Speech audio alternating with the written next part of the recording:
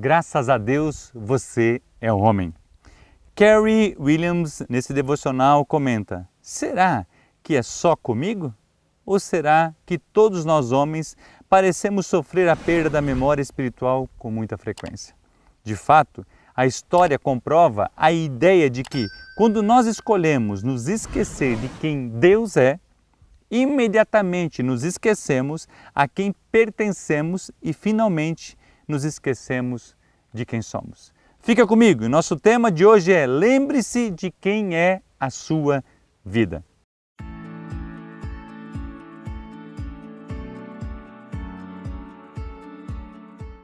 Colossenses, no capítulo 13, versículo 4, Paulo escreve assim: quando Cristo, que é a nossa vida, se manifestar, então vós também sereis manifestados com Ele em glória. Uau! A Bíblia nos conta a história de dois homens no Antigo Testamento que sofreram por perca da memória espiritual. Lembra da história de Sansão? Lembra da história de Davi? Os dois receberam a mensagem de Deus, um como nazireu e o outro foi ungido como rei. A perda de memória espiritual fez os dois caírem na mesma área da concupiscência. Edwin Cole tem uma frase que particularmente acho fantástica: o tormento da tentação a pecar não se compara com o tormento da consequência do pecado. Você prestou atenção nessa frase? A gente vai repetir algumas vezes ela. A situação que aconteceu com esses homens nos adverte no presente de que, quando a concupiscência fica trancada do lado de dentro dos nossos pensamentos, Deus fica trancado do lado de fora da nossa vida. Uau! Apocalipse, capítulo 3, versículo 20, nos diz: eis que estou à porta e bato. Se alguém ouvir a minha voz e abrir a porta, entrarei em sua casa, cearei com ele e ele comigo. Sansão cedeu à concupiscência e a Bíblia fala que ele se tornou escravo, cego e motivo de chacota entre os filisteus. Davi se humilhou, pediu misericórdia, mas nunca faltou a espada em sua casa, e o que ele fez escondido foi feito contra ele à luz do dia. Carey ainda fala que a concupiscência é uma maneira infalível de nos esquecermos de quem Deus é, a quem pertencemos e quem somos. A história desses dois homens provam que a concupiscência, alcançando pleno vigor em nossas vidas, Deus, de certa forma, se torna irreal. 1 João, capítulo 2, versículos 16 e 17, fala assim: porque tudo que há no mundo, a concupiscência da carne, a concupiscência dos olhos, a soberba da vida, não é do Pai, mas do mundo. E o mundo passa e a sua concupiscência, mas aquele que faz a vontade de Deus permanece para sempre.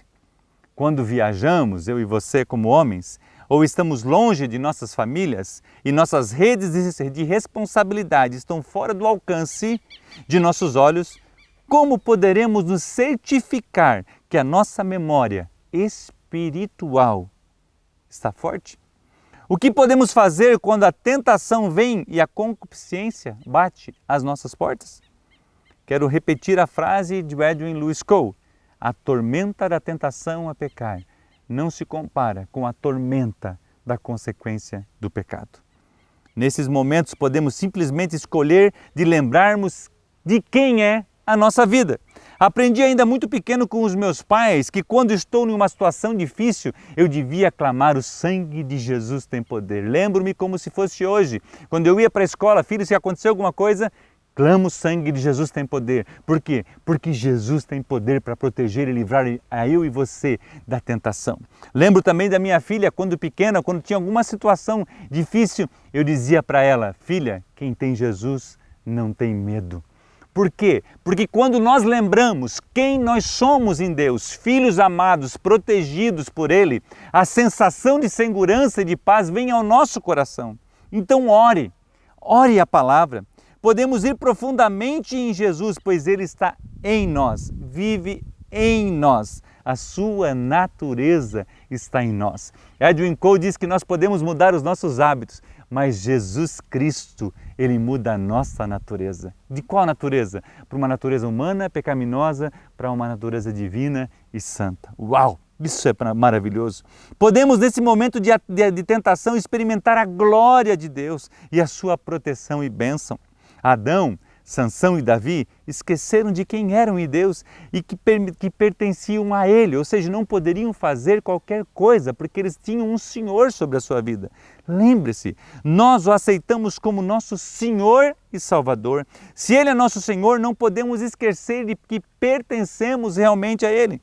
Adão foi o primeiro a se render à idolatria no Éden, ao render-se aos desejos de Eva. Sansão se rendeu aos desejos de Dalila quando estava em seu colo. E Davi se trancou em concupiscência por Batseba e excluiu Deus de sua vida naquele momento. Ou seja, ele esqueceu de quem ele era em Deus. Todos esses homens achavam que não estavam prejudicando a ninguém. Por quê? Estavam sozinhos, estavam em um ambiente de isolamento, estavam realmente preocupados só com eles mesmos.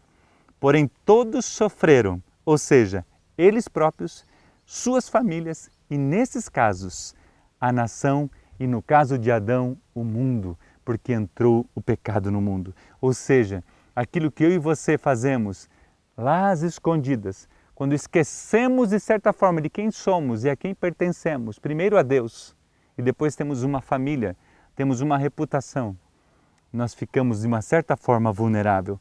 Por isso que a oração, por isso que a comunhão é tão importante. Podemos escolher o que queremos fazer e quando queremos fazer, mas somos totalmente submetidos às consequências dessas escolhas. Escolha ser filho de Deus, viver em pureza, resistir às tentações em nome de Jesus e construir uma reputação que perpetuará gerações. Como Carey Williams nos ensina nesse devocional, sugiro que faça esta oração.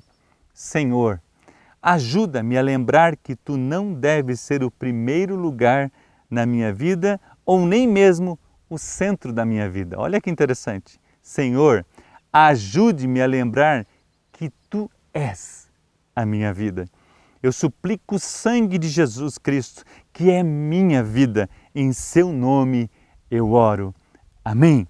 Quando Cristo, que é sua vida, for manifestado, então vocês também serão manifestos com Ele em glória. É o texto do nosso devocional de hoje. A esperança tem nome. A esperança, ela está viva. A esperança é Jesus. Então lembre, você é filho amado de Deus. Você pertence a Deus. Você tem os direitos de filho de Deus. Não esqueça, nos seus momentos de intimidade, naqueles momentos que você está só, que você pertence a Ele.